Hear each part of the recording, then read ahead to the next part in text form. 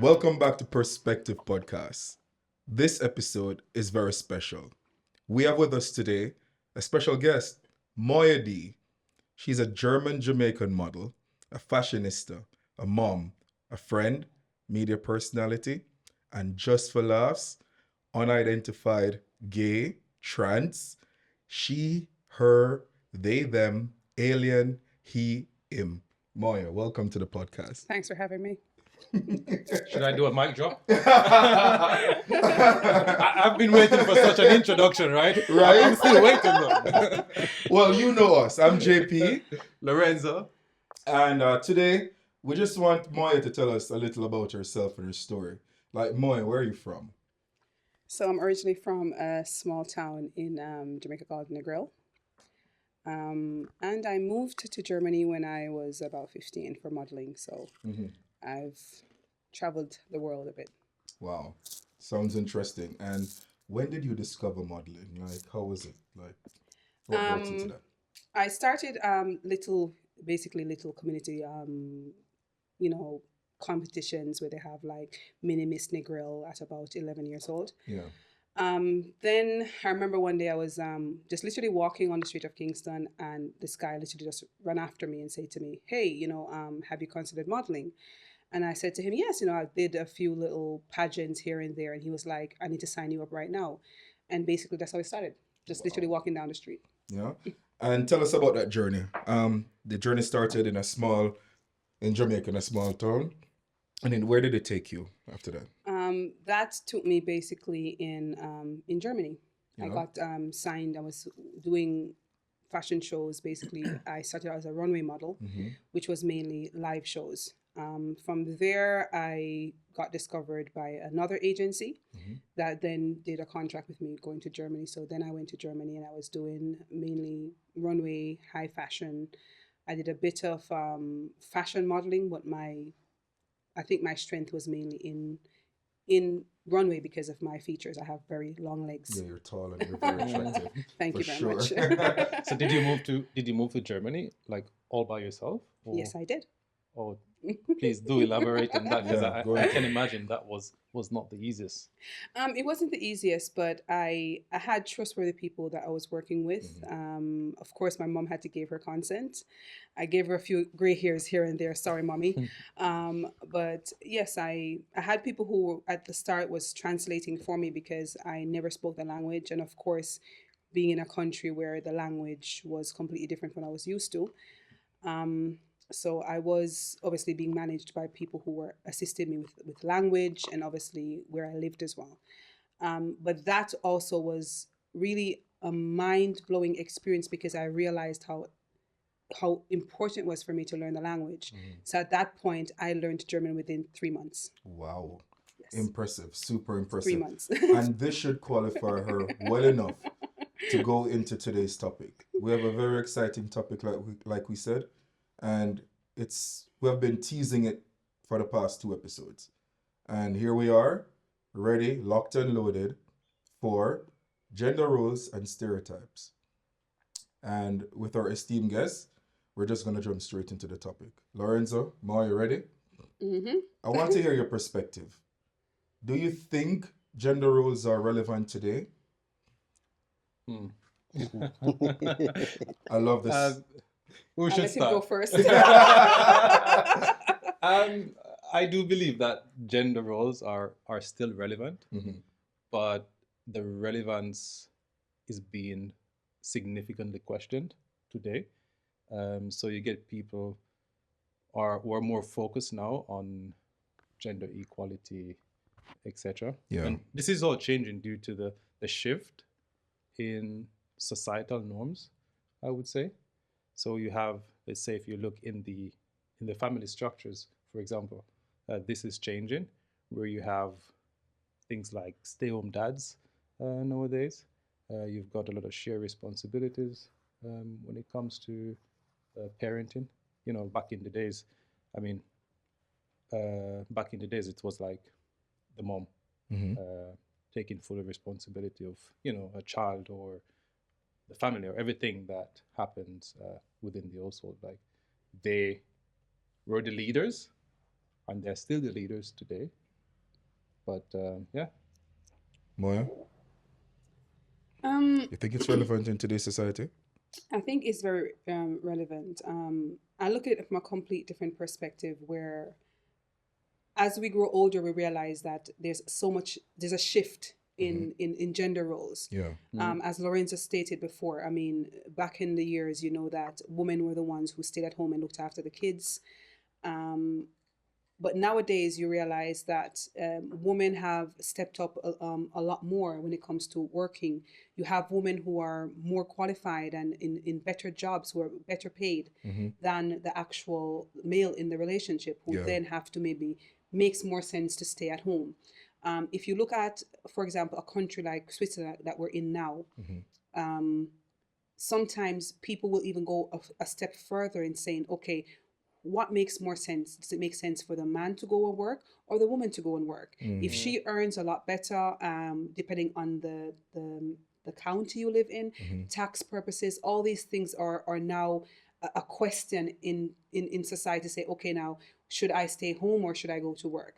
Because we now live in a world where back in the days it was important for the mom to stay home to look after the kids, to make sure that they grow in a certain way. Mummies love looking after. I mean, my mother, for example, she decided to stay home when she decided that she had 2 girls. Yeah. And for her, it was important that she stayed home, look after her daughters, because she didn't want society to grow her kids. Yes. And that for her was more important than an actual career. And for me, when I look back at that, I'm like, you know what, I would be forever grateful for my mom, because Yes. I look back in comparison to the people I grew around with who both parents went to work. And I see myself now, I say, you know what, mom, thank you. Wow. Can I say that nowadays? It's very difficult, because if I were in a situation where I earned more money than my partner and it made more sense for me to go to work and for him to stay home, then I would do so. Because there are other challenges that we look at nowadays. It's not only about, okay, it makes more sense for me to stay home and look after the kids, or does it make sense for me to go and work and he stay home and look after the kids? The world in which we live in nowadays, a woman of value understands the essence of nurture, of how important it is to make sure that you grow your child the way that they should grow. Yes. Nowadays, we look at, for example, social media has so much influences. We look at all the games, the Roblox and all the different games where predators are lurking. You know, you going to work not knowing what your child is at home doing, either they're at home or with a friend or with whoever. I mean, there is a rise in so much things that I would rather not say on here. But it's very important for women to still, even though they want to go out there and have a career, is to also make sure that they look after their kids. Wow. Because I strongly believe that if the mistakes you make nowadays are very hard to correct later on in life when it comes to your kids. Because I truly believe a child is a reflection of how they're grown. Actually, I hear a point the other day on a podcast from a specialist, a Diary of a CEO, so one of my favorite podcasts, and a guest on it was a psychologist, I think, and she worked in this field, and she did a study on the issue of what gender is more important in the household. Normally, you know the study. The study is popular that dads play an important part in the development of kids, and that households with less dad or the absentee father tend to have higher delinquencies and whatever. But now the study is actually shown that moms play the most important role in the development of productive adults. So to back up your point where you're saying that women should see the significance of playing, you know, even though they're chasing their career and going after their goals, which is super important, that they should not neglect this fact of being present in the household. And you bring reference to your mom and how that impacted you. It seemed like there is some truth to that. There is, but you have to also think about, I heard a girl made a statement the other day when I was watching a video on social media. And she said, single woman or being tarnished for being single woman, they're stereotyped because obviously the father is not there. But if a woman gives birth to a child, she doesn't have the option to go there and leave the child and say, I don't want to be a part of the child's life. But the father does. The father can say, you know what, I don't want to be a part of this child life. And the mother has to grow that child, Yes. regardless if she has the will, the power, or whatever it is. She has to. She has to step in as a mother, a father, a grandfather, a grandparent. She has to take on so much roles in which sometimes she is pouring from an empty cup. However, if you would see a man that's a single father, he's a word, oh my God, how could he step up to the plate like that? And he's a single father. Where is the mother? And then we talk about the hypocrisy of gender roles. Yes. On the other term, because a woman who basically has no option but to look after a child, if the father decides not to be a part of the child's life, would have to be a mother and a father to that child. But if a father somehow becomes a single parent, he's rewarded. Yes, I see that perspective, but also I see another side of it, whereas that's not always the case that he is rewarded. I do get your point. I'm a dad, and I am a divorcee. Okay. So basically, that qualifies me as a single dad, even though we co-parent with my ex-wife. Oftentimes, even before I was divorced, if I was taking care of my kids, and I'm going to support your point now, people would be like, wow, that's so cool, you're doing that. And I found that a bit offensive because I'm like, I'm not doing anything special. It's my obligation, it's my responsibility. So me having my kids or watching my, I don't even like to use the term watching. I'm not babysitting my kids. They are my kids, Oftentimes you'd hear that, oh, you're babysitting today to a father.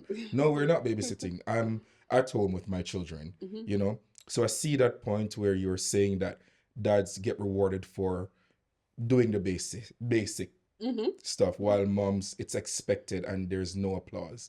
However, on the other hand, I think that women, like mothers, they get a lot of sympathy, whereas the fathers don't. There's another perspective where the mothers receive much more sympathy, like, oh, poor, you must be so hard to be a single mom. It must be so hard to be balancing work, school, getting the kids ready, all of that. Whereas if the dad is doing the same thing, oftentimes it's like, yeah, you're supposed to do that.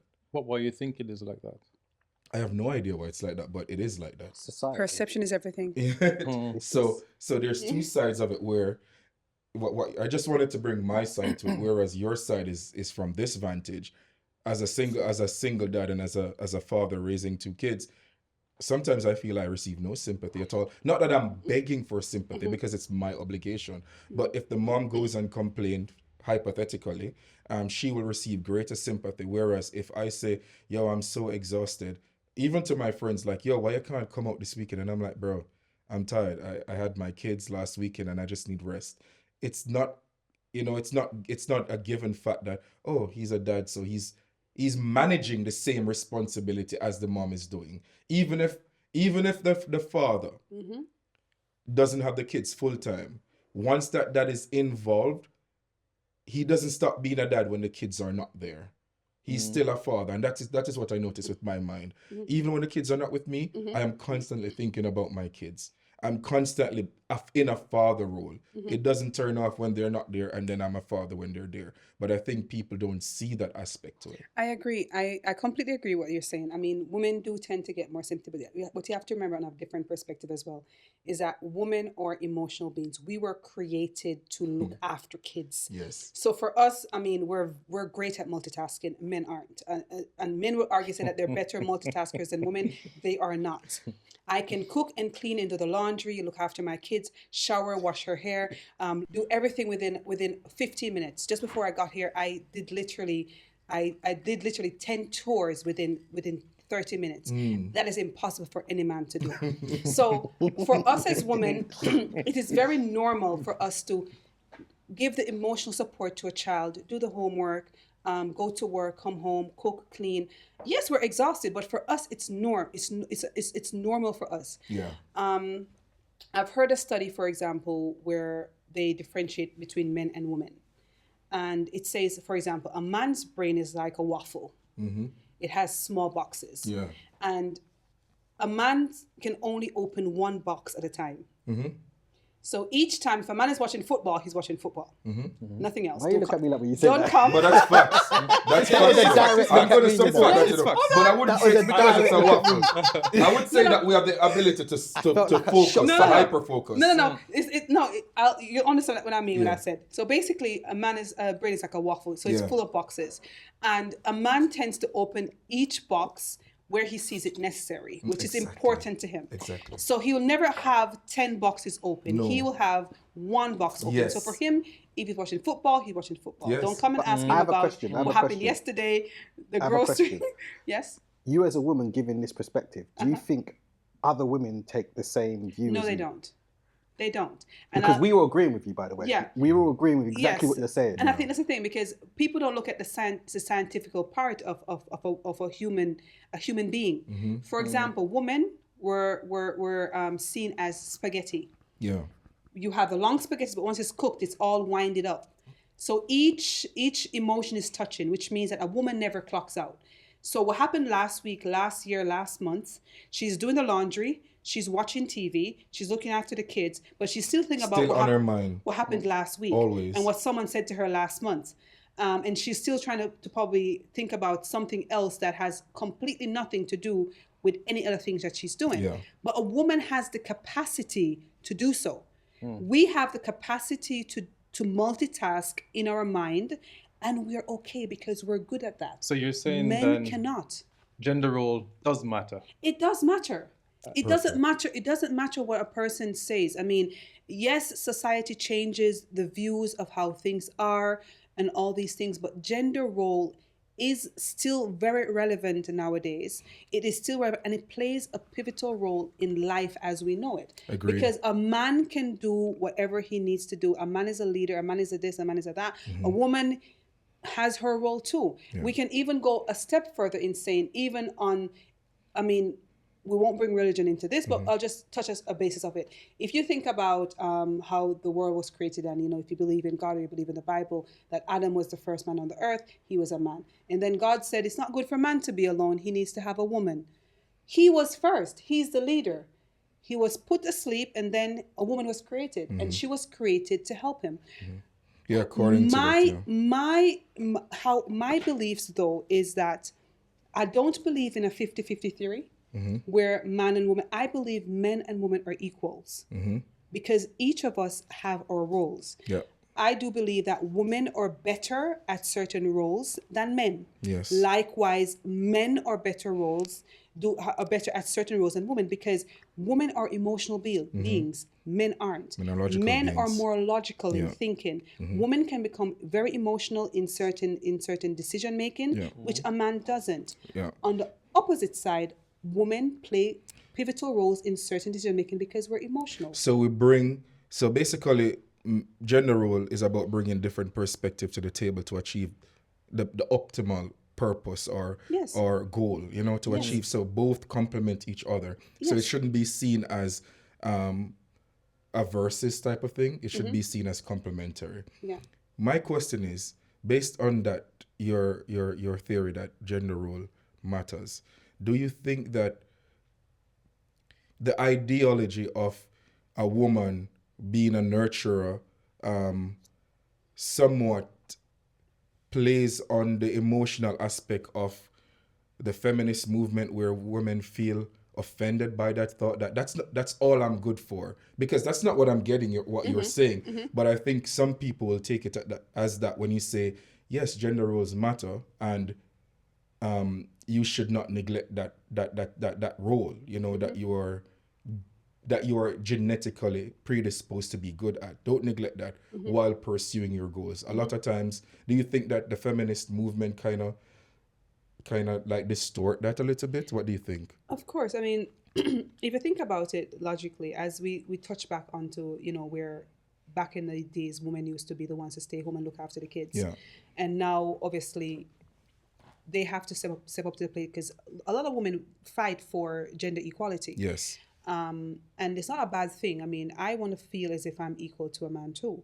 But I still know that I cannot be a man because of how I'm genetically created and how I think. I somehow do believe in not the 50-50 theory I said before. Yes. I believe that if you are with someone, and I'll just take it a little notch further away from the whole feminism, is that if you're with somebody, if you have a partner, it should never be 50-50 where you see yourself as a man and she sees herself as a woman. I think you should become one, as the Bible would say, or you become one as a unit. So if your girl is giving 20% today, you have to give 80. Yeah. If she's giving 70, then you give 30. Yeah, but a lot of people can say, "Oh, that's the Christian. I don't support the Christian view." No. I don't mean the Christian perspective. I mean become one, as in become one. Because when you get married, for example, you become one. You don't become two. You become one when you get married. Depends on the perspective, but I get Depends your on the point. perspective. But I do believe if you're in a relationship with somebody, it should never be that a woman should be doing this and a man should be doing that. I feel as if, like, at the point where my partner is not capable of doing this, I should be able to do it for him. So if he only has 10%, and I feel as if I should be the one to give 90, I feel as if it should be a scale. How do you feel about that, Lorenzo? Well, it depends. Yeah. It depends on the woman, right? Because I feel like a woman expect a man to be a man, right? Yes. And to break that down, it's like we had a conversation yesterday. If I say something, I need to stick by my words. My words are my bond. Yes. And women expect men to stay committed, right? To stick to your words, to do what it is that you are supposed to do. Yeah. Above and beyond. Yes. Like you mentioned before earlier, you are a father. You have shared responsibilities, even though the kids are not with you all the time. You are still a father, whether they're there. Yeah. Whatever I do is or- for them always. Exactly. Yeah. That's cool. And Moya, what do you think? What do women, from a woman's perspective, tell us what do women really expect from men? It's not rocket science, you know. But I do think that we do expect at times too much from men. Okay. And that's Wow. from my personal standpoint. That is in my You opinion. gonna take a sip? In my opinion. I wasn't expecting And I will that. state that in my opinion, because I have seen too many times where men carry the burden so much of the expectations of women that we ignore their mental health. And I think, sadly, that is one thing that a man doesn't have the capacity to be who he wants to be, or express, or, you know, show the vulnerable side of him. I think we have the because- capacity to do it, but we weren't raised in that way. Exactly. But it's a society as well. You know, I mean, if in Jamaica you say, like, you know, be a man, you know, man Yeah. up or whatever. It's like you can't really show that vulnerable side of you. So sometimes I think I kind of have this theory, which I know it's probably a little bit childish, but I'll still tell you my theory. I like theories, if you can understand. Me too. It's easy. So, for example, I'll go to you, Jermaine, and I say, you know what? I don't have anything to eat today. Can I have an apple, please? And I can see from the back that you have 10 apples. Yeah. Right? And you go to your kitchen and you give me 2 apples. Say, well, you know what? Here, I can give you 2 apples. And I feel happy you gave me 2 apples, and now I can eat my 2 apples. I go to Lorenzo. I said, Lorenzo, I don't have anything to eat. Can I have an apple, please? And I look, and I didn't see anything, but he went in his kitchen and he gave me an apple. But he gave me 1 apple. In my head, I was like, okay, I asked for 1 apple. He gave me 1 apple. But in the back of my head, I'm like, okay, well, Jermaine gave me 2 apples, so why did Lorenzo only give me I know 1? this theory. Yeah. And then I look to myself and I say to myself, okay, but we don't know how much he's got to Exactly. give. Maybe he has just 1 and he gave you everything. Exactly. That's the thing what people don't understand, that sometimes people give you their last, Yes. and to someone else it's not even enough. Some people give you out of their abundance, while some give you from their need. A person will give you all, Yeah. and for you it's not even enough. Yeah. Because you expect the person to give you more, but they don't have more to give. I hear that theory too, where it is like that for women when they're choosing a partner, they will often like look at that angle, like, oh, Jermaine gave me 2 apples and Lorenzo only gave me 1. So therefore it means, or it must means, that Jermaine can provide for me. Exactly. Whereas that might be the case, but Jermaine will never love you as much as Lorenzo do. Do you Yeah. think it's wise that women select based on security rather than love? Is that a wise thing? Or, I mean, this is a tricky topic because it can matter. Does love or security? Which one is better? I mean, Depends on the it's situation. it's different. Like as I say, like I do believe that everyone has what they're looking for. You can't even what I might be looking for might be completely different from what someone else is looking for. For me, what I look for in a partner is someone who is honest, someone who I wouldn't even say someone who can provide for me because I can go out there and work for myself. Yeah. But I need someone who I know I can build a future with. Yes. Someone who I know will look after my kids. Yes. And someone when I don't have 20%, he can give 80. And that's the That is difference between all- women and men. Women are very selective when it comes to that, right? Yes. So I Like- heard. It's like I would say. In nowadays society, it's hard to say a woman just take what they get nowadays. Because we're like fishermen, right? We go Throw out, the net. We go out, we throw the net, Yeah. right? And we just pull in everything. It's like, oh, good, I have a lot. Yeah. But women are like hunters, like they go deep in the selective. woods and they stay there, they lay low, and they select and they prey on that specific target that they want. Yes, like women. Oh, I needs to be 6 foot tall with a gym body. Which is Okay. Yeah. But in some cases, I've seen where you have some women, right? Correct me if I'm wrong at any point. Yes. They have a lot of needs and wants. The criterias are, it's like up there, Yeah. above and beyond. You need to be 6 foot tall. You need to have a nice gym body. You need to have 5, 6 figures. And then that's their expectations, right? Yeah. But then from the other side, from their side, they are not bringing anything of that sort that they're looking for. There's a difference between a woman and a girl. That's all I'm gonna say. Yo, I'm going to A red woman table talk knows. this. A woman knows.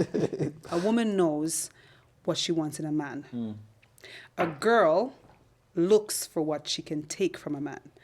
And I know people come for me, but that's just the truth. I mean, for me, I have 2 working legs and I have 2 working hands, which means that my ass can go out there and work. I don't know if I'm able to curse on here. Excuse me if I don't. Yeah, man. But I have 2 working hands and 2 working feet.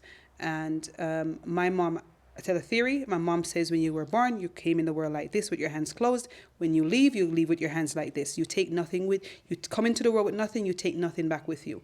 I am not going to sit here and say, well, yes, there are a lot of women out there, unfortunately, who think a man has to be able to provide for them. But again, we need to remember, how they were grown. This is a cultural thing. I lived in a country where women go and work and the men stay home and look after the kids. What country is that? And this is Egypt, in Cairo. Oh, nice. The woman literally go and work and take care of the man. The man can go home, stay home with the kids, and he can do whatever he wants. The Interesting. woman goes there and work. Jermaine getting ideas. The woman goes there and Right, work. no. And when I was there, it was a culture shock. I was like, Right? wow, okay. I was like, wait, You ready to listen. move to Egypt? Listen, I am not going to be adapting to this culture anytime soon, but I'm just saying. And that's the thing. So, to be honest, like I think I completely misunderstood that in the beginning. Then it finally hit me, and I'm like, no, bro, I could never do that. I would be bored to stay at home, to be honest. But I mean, Yeah. as a it's man, not about taking care of the kids. Sorry, but yeah, no, I was going to say, as a man, like, I don't know. This is my perception of a man. Like, if you have people doing things for you, are you a man? that is a question to unfold. Like, Goes back to culture as well. I'm What's the very much. definition of a man, though? My image of a man is like I said last time, like someone that's true to their word. But if you know how to do something, like for example, you're living in your home and you don't know how to put up a shelf. That's fine. You go and hire someone to put up the shelf for you. But if you know how to put up the shelf, do you feel like someone's coming in and doing your manly duties? Like, that's your job. Like, why would you let some next man come in and do that? Like, it's just how my mindset is. Like, if I know I can do something, I'm not going to ask help from another man to do it. I'm going to do it myself. Maybe that's the way I was grown. Again, exactly. But- It all comes down to your experience and your Yeah. culture and your perspective Yeah. in this matter. But what is a man? I'm asking you guys, what are your definitions of what a man is or what a man should be? For me, like, it's simple. I think we have this discussion just in our previous episode. For me, it's about being your authentic self. It's not being fake in any way or shape or form. And that means that you express yourself based on your strength while embracing your weaknesses. And that is what makes you a man. For example, I don't have to be like Lorenzo. I don't have to have a persona like he does. I just need to be me and be true to my word. Okay. And I think that is what qualifies me as a man. It's nothing that I do external or anything that I can achieve, whether in my profession or anything like that. It's just who I am from the core, and that's Okay. being my authentic self. So are you saying indirectly that for you, gender role is a bit more on the neutral side? Not necessarily. Okay. For me, and this is my theory. But I'm not here to bring my theory per se. I'm just here to hear No, different. I'm asking. Oh, that's you're all. asking. Yeah, exactly. All right. just You see, asking. I'm being political in this. For me, I think I am on your side. I really think that gender role is necessary. Simply because I think that, like you said, both genders are blessed with innate things that they're good at and things that they're not so versed in, and I think they complement each other well. That's true. But what I don't want is for when women or men hear gender role, they get into this we call it tunnel vision of, woman places the kitchen or a man places the office or a man don't do dishes or it's not about that. Yeah. It's about how can I utilize what my innate giftings as a man and how can I utilize my innate gifting as a woman to complement my partner, Exactly. to complement my children, to make the best out of what I can do. So while a woman is pursuing her career, because this was a big push in the last 20 years, don't neglect the fact that you have an innate thing of being emotional, an emotional being and seeing a different perspective that your man don't see. So that is what I think oftentimes that is downplayed. Sorry. And I'm going to finish on this tangent. I like to watch Victorian era movie. Yeah, man. I am a big what do you call it? I like historical films. And one of the things I notice these movies portray is how that in a patriarchal society, women still pull the strings because they use their innate gifting. So while the man is the head of the house, the woman would be running the house and using their perspective emotionally to influence the man's decision. To make the man would feel, I made a decision. But the woman would don't know, I put the seed in your head. So that's what I mean. Just to achieve the best outcome, a woman and man should work, should just do what is best for them to complement the relationship. To work as a team. Um,